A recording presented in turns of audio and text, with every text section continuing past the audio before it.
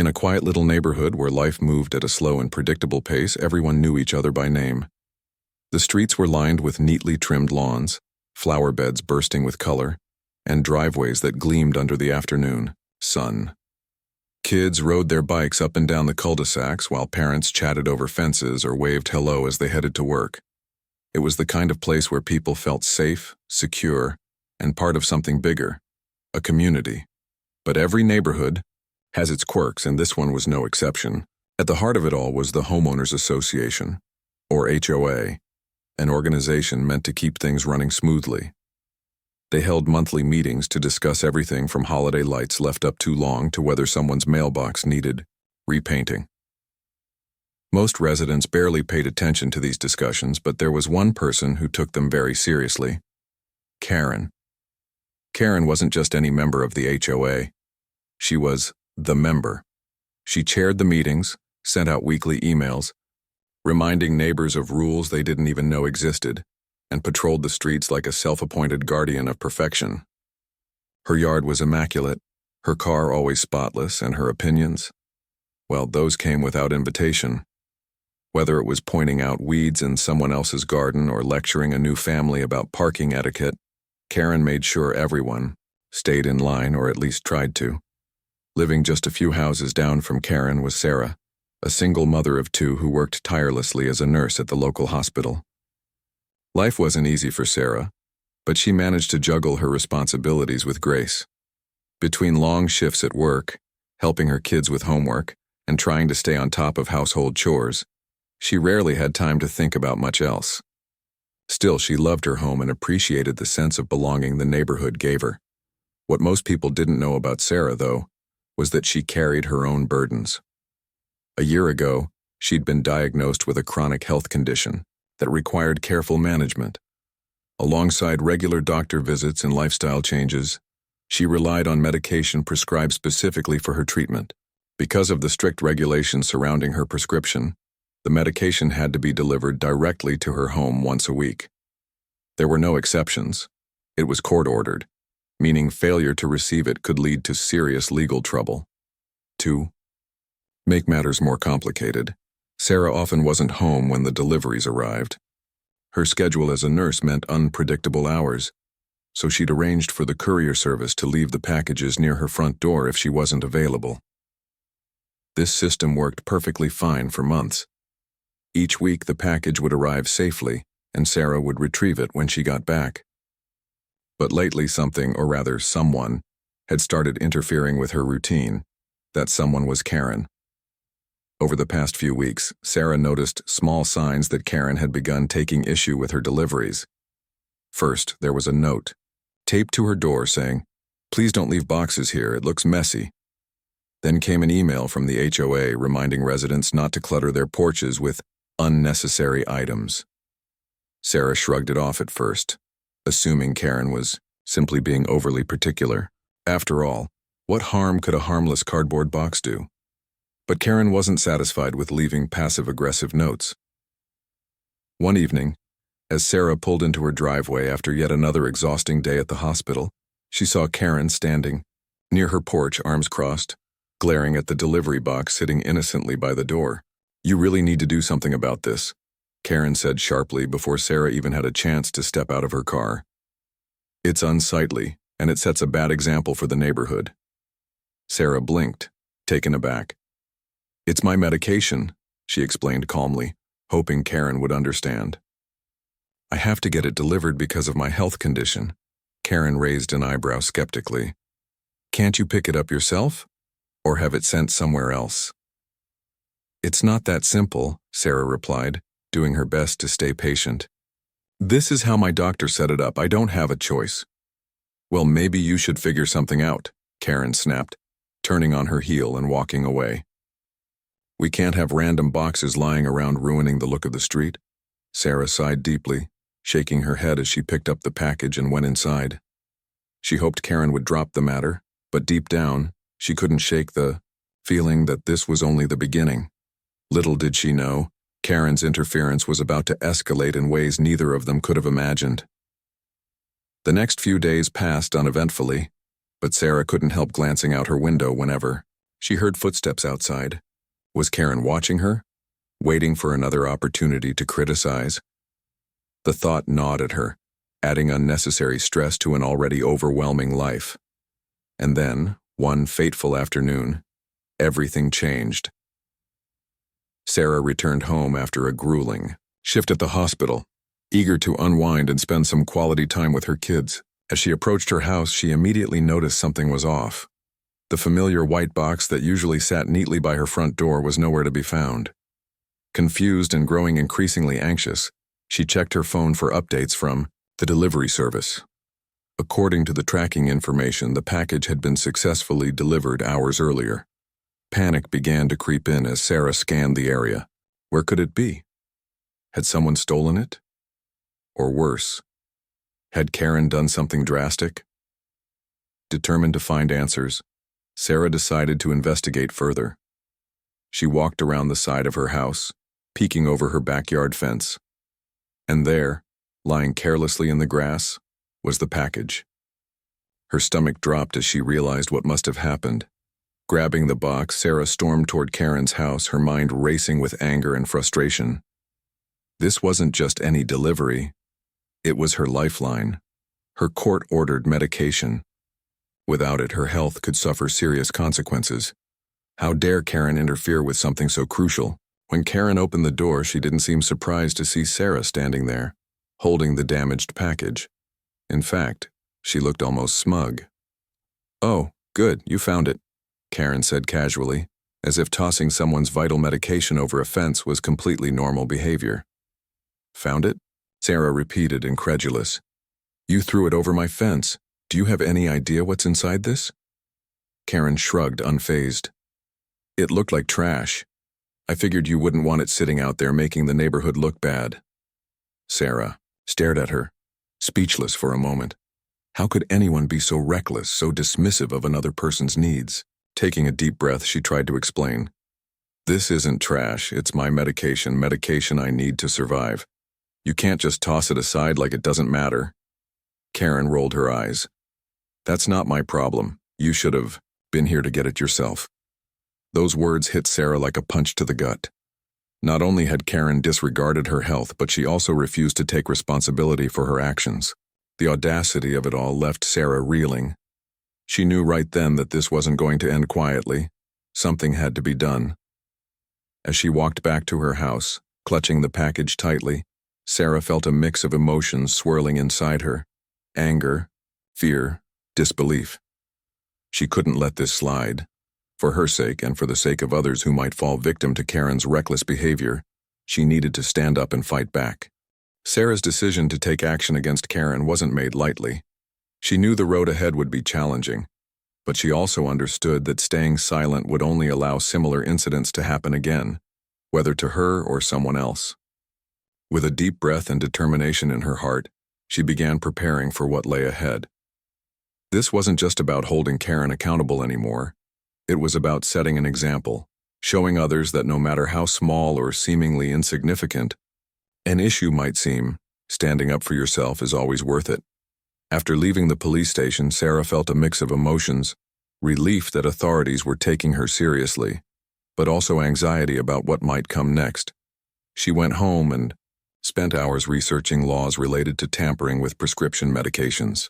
It turned out that interfering with court-ordered medication wasn't just frowned upon, it was illegal. The more she read, the clearer it became that Karen's actions had crossed a serious line. Armed with this knowledge, Sarah reached out to a lawyer specializing in medical rights cases. The lawyer, a kind woman named Lisa, listened intently as Sarah recounted every detail of the incident. When Sarah finished, Lisa nodded thoughtfully. "This isn't just a neighborhood dispute," she said firmly. "What happened here goes beyond property damage. If someone knowingly jeopardizes access to life-saving medication, that's endangerment. We can absolutely pursue legal action." Lisa helped Sarah draft a formal complaint to file with the police, attaching all the evidence Sarah had gathered: photos of the damaged package, emails from the delivery company confirming proper drop-off, and documentation from Sarah's doctor explaining the critical nature of the medication. Together, they ensured the complaint painted a clear picture of the situation, not just what Karen had done, but why it mattered so much. As the days passed, Sarah noticed subtle changes in the neighborhood atmosphere. Word spread quickly about her visit to the police station, and soon everyone seemed to have an opinion. Some neighbors rallied behind her, offering words of encouragement or dropping by with baked goods as a gesture of support. One elderly couple even shared their own story of dealing with Karen's overzealous enforcement, admitting they'd been too intimidated to speak up until now. Their solidarity gave Sarah strength, reminding her she wasn't alone in this fight. Others, however, weren't so supportive. A few residents whispered behind her back, accusing her of blowing things out of proportion. "It's just a package," one neighbor muttered loudly enough for Sarah to overhear while fetching her mail. Another posted on a community forum criticizing Sarah for dragging the HOA into drama. These comments stung, but Sarah reminded herself that not everyone would understand the gravity of the situation. What mattered most was doing what was right, even if it meant facing backlash. Meanwhile, investigators dug deeper into the case. They visited Karen's house to gather her side of the story, though she remained evasive and defensive. When asked why she hadn't checked the contents of the package before tossing it, Karen shrugged and said, "I didn't think it was important." Her dismissive attitude only strengthened Sarah's resolve. How could someone claim ignorance when the label clearly stated it contained medication? Even without malicious intent, Karen's recklessness had put lives at risk. As the investigation progressed, local media outlets caught wind of the story. Reporters began calling Sarah, asking for interviews and details about the incident. At first, she hesitated. The last thing she wanted was to become the center of attention, especially after such a stressful ordeal. But then she remembered Lisa's advice. "This is bigger than you. Use your voice to educate people about the importance of respecting medical needs." With that in mind, Sarah agreed to sit down with a reporter from the local news station. During the interview, she spoke calmly and honestly, explaining how Karen's interference had affected her physically and emotionally. She emphasized the importance of court-ordered medication, describing the strict regulations surrounding its delivery and use. By sharing her experience, she hoped to raise awareness about the challenges faced by individuals managing chronic conditions, and to highlight the dangers of prioritizing rules over compassion. The interview aired that evening, sparking widespread discussion both within the neighborhood and beyond. Social media lit up with reactions, ranging from outrage over Karen's behavior to admiration for Sarah's courage. Many viewers praised her for speaking out, while others expressed frustration with the lack of empathy shown by those enforcing arbitrary rules. The phrase HOA Karen trended online, becoming shorthand for anyone who valued control over kindness. For Karen, the media coverage was devastating. Once seen as a pillar of order, she now found herself vilified as a symbol of entitlement and insensitivity. Friends stopped returning her calls, and acquaintances avoided making eye contact during walks around the block. Even her family grew distant, embarrassed by the public scrutiny. Desperate to salvage her reputation, Karen issued a public apology through the same news outlet that had interviewed Sarah. "I never meant to cause harm," Karen said in a shaky voice during her televised statement. "I truly didn't realize the package contained medication. I acted impulsively, and I deeply regret my actions." While some viewers appreciated her attempt to make amends, many remained skeptical. After all, her initial refusal to take responsibility spoke louder than any apology ever could. For Sarah, the apology felt hollow, a belated attempt to avoid consequences rather than a genuine acknowledgement of wrongdoing. Despite the growing attention, Sarah stayed focused on the legal process. Investigators continued gathering evidence, interviewing witnesses and reviewing documents. Eventually, they concluded that Karen's actions warranted charges. She was officially arrested and charged with destruction of property and reckless endangerment. The news sent shockwaves through the neighborhood, leaving residents divided between those who believed justice was served and those who thought the punishment was too harsh. Through it all, Sarah remained steadfast. She attended every court hearing, ensuring her voice was heard throughout the proceedings. Each time she stepped into the courtroom, she carried not only her own story, but also the stories of countless others who had silently endured similar struggles.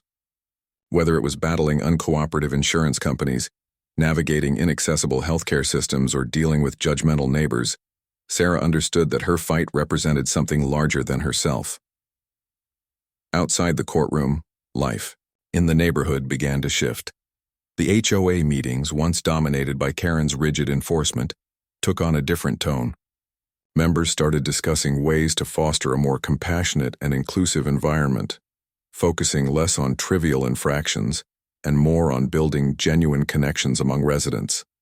Slowly but surely, cracks in the community's foundation began to heal.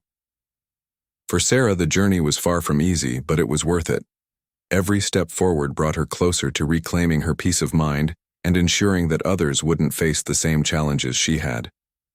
She knew the scars left by the incident would linger, for her, for Karen, and for the neighborhood.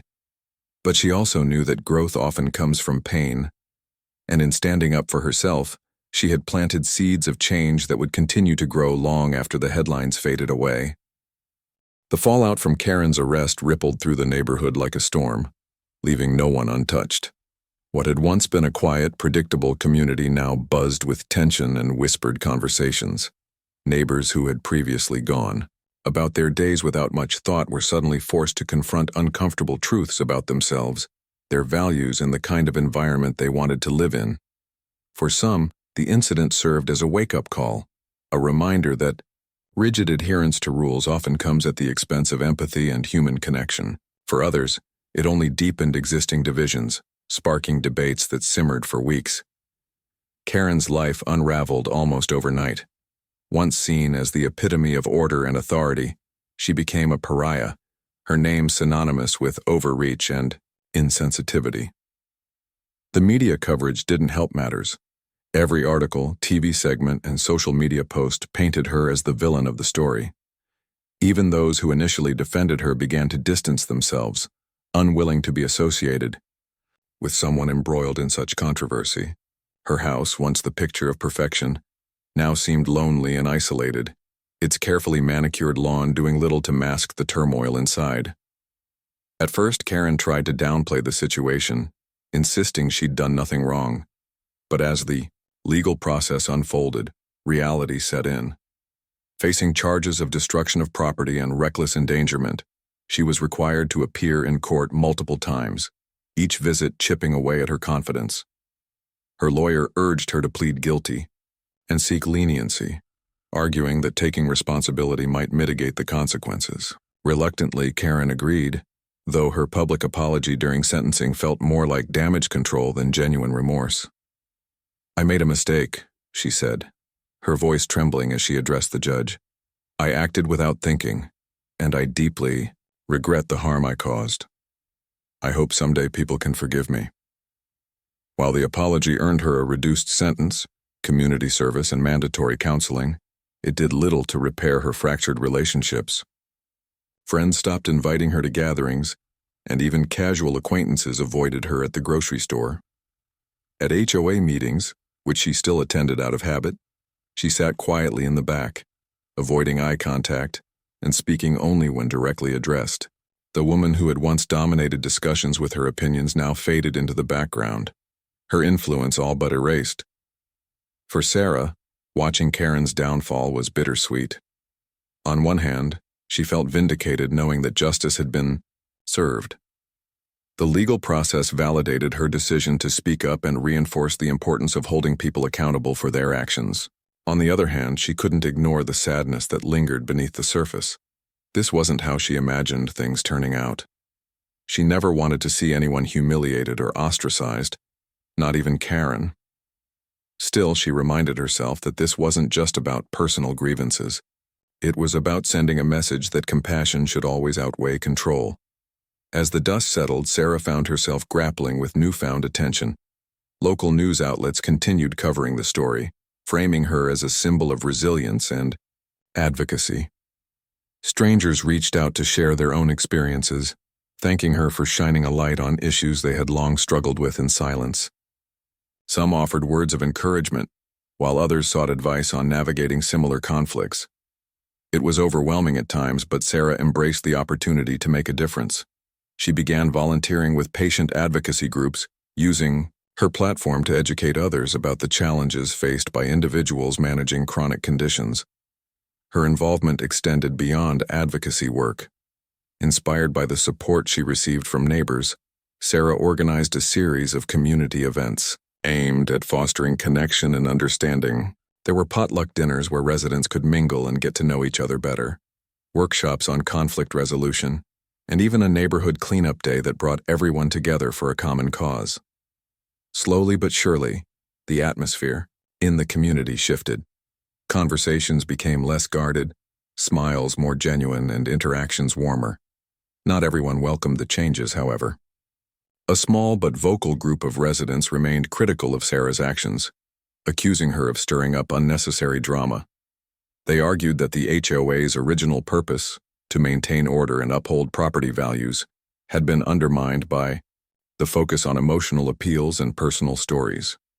One particularly outspoken neighbor went so far as to suggest reinstating Karen as HOA chairperson, claiming her removal had left a leadership vacuum. These sentiments created friction, reminding everyone that healing takes time and not everyone moves at the same pace. Despite the lingering resistance, progress was undeniable. The HOA itself underwent significant reforms, adopting policies that prioritized inclusivity and flexibility. Rules deemed overly restrictive or arbitrary were revised, and new guidelines encouraged open dialogue between members. Monthly meetings became less formal, with opportunities for residents to voice concerns without fear of judgment. Even the tone of communication shifted, becoming less accusatory and more collaborative. It wasn't perfect, but it was a step in the right direction. For Karen, the aftermath of the incident was a lesson in humility and perhaps redemption. While many wrote her off as irredeemable, a few neighbors chose to extend olive branches, inviting her to participate in community events or simply checking in to see how she was doing. Though hesitant at first, Karen eventually accepted these gestures, realizing they came from a place of genuine concern rather than pity. Counseling sessions helped her reflect on her behavior and understand why her actions had caused so much harm. Over time, she began to rebuild trust, one small step at a time. As months passed, the neighborhood transformed in subtle yet meaningful ways. Lawns were still trimmed, driveways still gleamed, and kids still played in cul-de-sacs. But there was a newfound sense of warmth and connection that hadn't existed before. Neighbors waved hello more often, shared meals, and looked out for each other in ways they hadn't before. For Sarah, this shift represented everything she had hoped for when she decided to take a stand. It wasn't about punishing Karen or winning a battle. It was about creating a community where everyone felt valued and heard. Looking back, Sarah realized how much she had grown through the experience. She had started as a single mother, juggling countless responsibilities, unsure if she had the strength to challenge someone as formidable as Karen. But in standing up for herself, she discovered a resilience she didn't know she possessed. More importantly, she learned the power of vulnerability, the courage it takes to share your struggles and inspire change. Karen, too, emerged changed, though her journey was far from easy. Losing her status and reputation forced her to confront parts of herself she had long ignored. Through counseling and self-reflection, she began to let go of the need for control and embrace a more compassionate approach to life. It wasn't an overnight transformation, but it was a start. In the end, the incident served as a turning point, not just for Sarah and Karen, but for the entire neighborhood. It highlighted the dangers of unchecked authority and the importance of balancing rules with empathy. It reminded everyone that behind every rule, every complaint, and every conflict are real people with real lives and real needs. And sometimes the hardest lessons lead to the most profound growth. The story of Sarah and Karen didn't end with a single resolution. It unfolded into a series of lessons that continued to shape their lives and the neighborhood for years to come.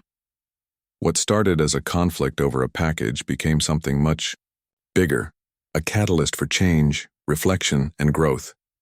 For both women, the journey was transformative, though in vastly different ways. And for the community they shared, it marked the beginning of a new chapter, one defined by empathy, accountability, and renewed connection. Sarah's life after the incident was far from perfect, but it carried a sense of purpose she hadn't felt before. The legal battle had been exhausting, emotionally draining, and at times overwhelming, but it also gave her a platform to advocate for others facing similar challenges. Her involvement with patient advocacy groups opened doors she never expected, leading to speaking engagements, partnerships with healthcare organizations, and even opportunities to influence policy changes. She became a voice not just for herself but for countless individuals navigating complex medical needs while trying to live ordinary lives. At home, Sarah found solace in the support system she had built. Neighbors who once seemed distant now stopped by regularly, bringing meals when she was too busy or offering to watch her kids so she could rest. These small acts of kindness reminded her that communities are made stronger not by rules, but by relationships. Even her children noticed the shift, commenting on how friendly everyone seemed lately. "It feels like we're part of a big family," her youngest said one evening during dinner, prompting Sarah to smile despite the long day behind her. Her work within the neighborhood blossomed as well. The community events she organized brought people together in ways she hadn't anticipated. At first, participation was sparse, with some residents hesitant to engage after months of tension. But as word spread about the positive impact these gatherings had, whether it was fostering friendships, addressing concerns, or simply providing a space to relax, the turnout grew steadily. One particularly memorable event was a storytelling night where neighbors shared personal experiences, from overcoming health challenges to navigating cultural differences. It was raw, heartfelt, and deeply moving, leaving many in tears, not of sadness but of gratitude for the bonds being formed. Through all this, Sarah learned valuable lessons about resilience and leadership. Standing up to Karen hadn't just been about holding someone accountable. It had taught her the importance of using her voice wisely and choosing battles that mattered. She realized that true strength lies not in winning arguments but in inspiring understanding. By sharing her story openly and encouraging others to do the same, she helped create an environment where vulnerability wasn't seen as weakness, but as courage. For Karen, the aftermath of the incident was a humbling journey filled with self-discovery and slow rebuilding. Losing her position in the HOA stripped away much of what she had based her identity on: control, authority, perfectionism, and forced her to confront parts of herself she had long ignored.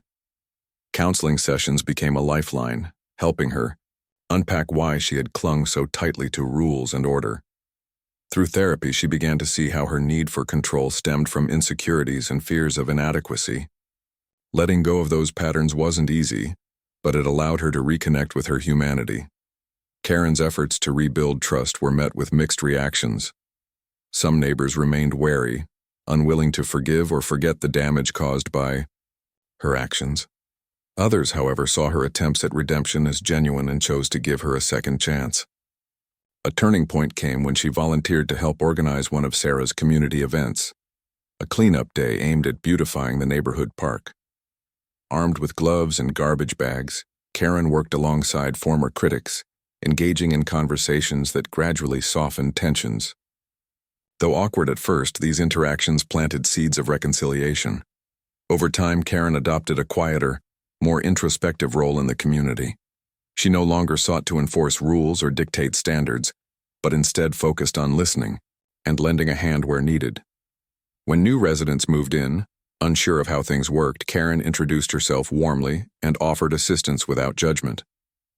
It was a stark contrast to her previous demeanor, and while not everyone trusted her immediately, the effort was undeniable. The HOA itself underwent significant evolution under its new leadership, with Karen gone and a fresh slate of members eager to foster unity. The organization shifted its priorities. Rules were reevaluated, emphasizing practicality over aesthetics. Policies were rewritten to include input from all residents, ensuring decisions reflected diverse perspectives. Monthly meetings transformed from rigid, formal affairs into collaborative discussions where ideas flowed freely. Even the tone of communication changed, becoming more inclusive and less accusatory. One of the most impactful changes was the introduction of a neighborhood liaison program designed to address concerns directly, rather than through impersonal emails or notes. Volunteers served as points of contact for issues ranging from noise complaints to delivery disputes, fostering open dialogue and preventing misunderstandings.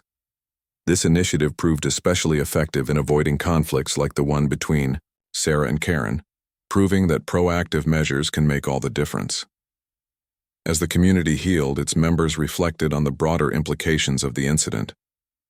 Conversations about compassion versus control gained momentum, extending beyond the neighborhood and into local schools, businesses, and civic organizations. People began recognizing the importance of balancing structure with flexibility, rules with empathy. Sarah's story inspired others to speak out about their own struggles, whether related to health, housing, or interpersonal dynamics. In doing so, it sparked a ripple effect of awareness and advocacy. Years later, when outsiders asked about the neighborhood, longtime residents often mentioned the package incident as a pivotal moment. It wasn't spoken of with bitterness, but with appreciation for the lessons learned and the progress made. For Sarah, it represented resilience and the power of standing up for oneself. For Karen, it symbolized humility and the possibility of redemption. And for the community as a whole, it stood as a testament to the idea that growth often arises from discomfort. In the end, neither woman emerged unchanged. Sarah had grown into a leader, advocate, and pillar of strength, not just for her family, but for her neighbors. Karen, though still carrying scars from her fall from grace, had rediscovered her humanity and learned to value connection over control.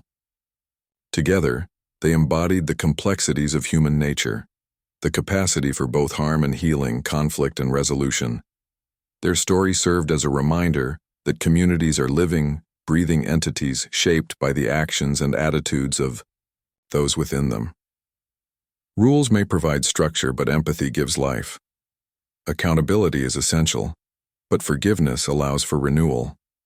And sometimes, the hardest moments lead to the greatest transformations. As the neighborhood continued to thrive, its residents carried forward the lessons of the past, building a future rooted in understanding, compassion, and hope. The confrontation with Karen left Sarah feeling a storm of emotions, anger, frustration, and fear all swirling together. As she stood in her kitchen that evening, staring at the damaged package on her counter, she couldn't shake the thought of how close she had come to losing something so vital. The medication inside wasn't just a convenience, it was a necessity, prescribed by her doctor and mandated by law. Without it, her health could deteriorate rapidly, leading to complications that might land her back in the hospital, or worse. Her mind raced as she replayed the events of the day. How could someone be so careless, so dismissive of another person's well-being? Karen hadn't even bothered to ask what was inside the box before tossing it over the fence. To her, it was just trash, an eyesore ruining the pristine appearance of the neighborhood. But to Sarah, it represented stability, safety, and survival. Every pill, every dose was carefully calculated to keep her condition under control. And now, thanks to Karen's reckless actions, the medication had been exposed to the elements, potentially compromising its effectiveness. Sarah knew she couldn't let this slide. This wasn't just about her pride or teaching Karen a lesson, it was about accountability. If Karen could get away with this kind of behavior, who else might suffer the consequences? What if it happened again, not just to her, but to someone else in the neighborhood who relied on deliveries for their own medical needs? The thought made her blood run cold. Determined to take action, Sarah decided to start by gathering evidence. She carefully documented everything: the condition of the package, the tracking information showing it had been delivered properly, and photos of the damage caused when it was thrown over the fence. Then, she pulled out her phone and began drafting a detailed email to the delivery company, explaining what had happened and asking if they could provide any additional documentation to support her case. They responded quickly, confirming that the package had indeed been left in the designated spot, and apologizing for the inconvenience caused by its mishandling.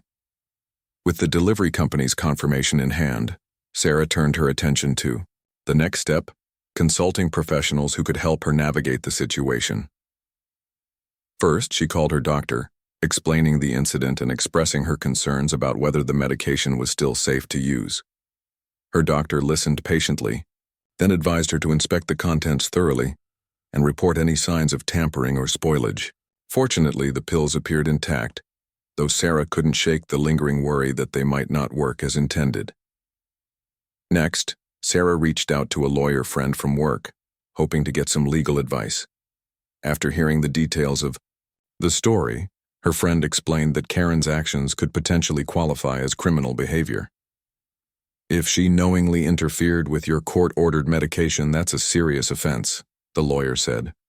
It's worth looking into filing a formal complaint.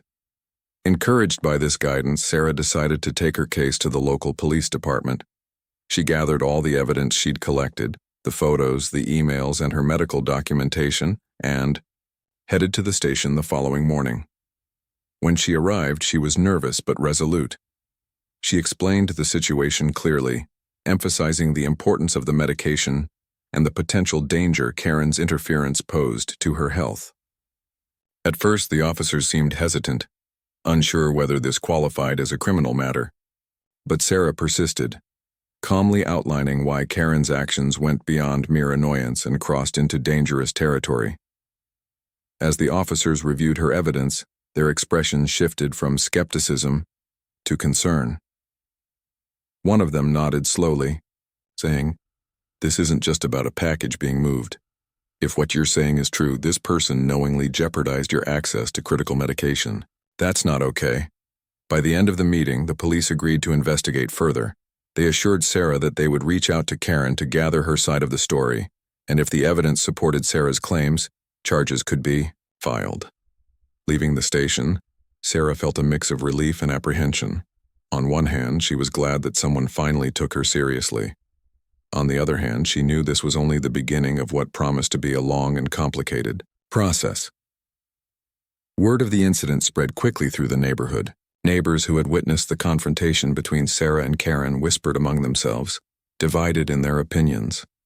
Some sympathized with Sarah, understanding the gravity of the situation and acknowledging how unreasonable Karen had been. Others, however, sided with Karen, arguing that Sarah should have found a better way to handle her deliveries and blaming her for leaving the package unattended in the first place. Karen herself seemed oblivious to the growing tension. When approached by investigators later that week, she initially denied any wrongdoing, claiming she had no idea the package contained medication. "I thought it was junk mail or something," she insisted, her tone defensive. "How was I supposed to know?" But when confronted with Sarah's evidence, including the clear labeling on the package indicating it contained pharmaceuticals, Karen's excuses began to crumble. Investigators pressed her further, asking why she hadn't checked or asked questions before taking matters into her own hands. Flustered, Karen struggled to defend herself, eventually admitting that she acted impulsively without considering the consequences. As news of the investigation reached the rest of the neighborhood, reactions varied widely. Some residents praised Sarah for standing up to Karen's bullying tactics, while others criticized her for involving the authorities in what they saw as a minor dispute. Online forums dedicated to local gossip lit up with heated discussions, with users debating whether Karen's actions warranted such drastic measures. The phrase HOA Karen quickly became a trending topic, drawing both ridicule and outrage from people across the community. Meanwhile, Sarah found herself at the center of a whirlwind she hadn't anticipated. Friends and acquaintances stopped her in the grocery store to offer words of support, while strangers sent messages of encouragement through social media. Reporters from local news outlets reached out, eager to hear her side of the story. At first, Sarah hesitated to engage, unsure if she wanted the added attention. But after speaking with her lawyer, she realized that sharing her experience could raise awareness about the challenges faced by individuals relying on specialized medical care. By speaking out, she hoped to prevent similar incidents from happening to others. Despite the growing spotlight, Sarah remained focused on the bigger picture. This wasn't just about her fight against Karen. It was about sending a message that rules, no matter how well-intentioned, should never come at the expense of compassion and humanity. She vowed to see the process through, determined to hold Karen accountable for her actions and ensure that justice was served. For Karen, the fallout was swift and severe. Once beloved, or at least tolerated, as the neighborhood's unofficial enforcer, she suddenly found herself isolated. Friends distanced themselves, unwilling to associate with someone embroiled in scandal. Even her fellow HOA members, once loyal allies, began questioning her judgment and leadership. At the next meeting, a motion was passed to remove her from her position as chairperson, citing concerns about her ability to act responsibly. Publicly humiliated and facing potential legal consequences, Karen attempted to salvage her reputation. She issued a vague apology, claiming she hadn't understood the severity of her actions and promising to do better in the future. But for many, it was too little, too late. Trust, once broken, is hard to rebuild, and Karen's attempts at redemption fell flat. As the dust settled, Sarah reflected on everything that had transpired. While she was relieved to have taken a stand, she couldn't help but feel a pang of sadness for the way things had escalated. What started as a simple misunderstanding had spiraled into a full-blown conflict, exposing cracks in the foundation of their once close-knit community. Still, she reminded herself that sometimes difficult conversations and uncomfortable truths are necessary for growth. And so, life in the neighborhood continued, albeit with a newfound sense of caution. Neighbors greeted each other with polite smiles, but behind closed doors, whispers lingered. The incident served as a reminder that even in the most idyllic settings, tensions can boil over when empathy is replaced by rigidity. For Sarah, the battle was far from easy, but it was one worth fighting, not just for herself, but for everyone who deserved to live in a world where kindness outweighed control.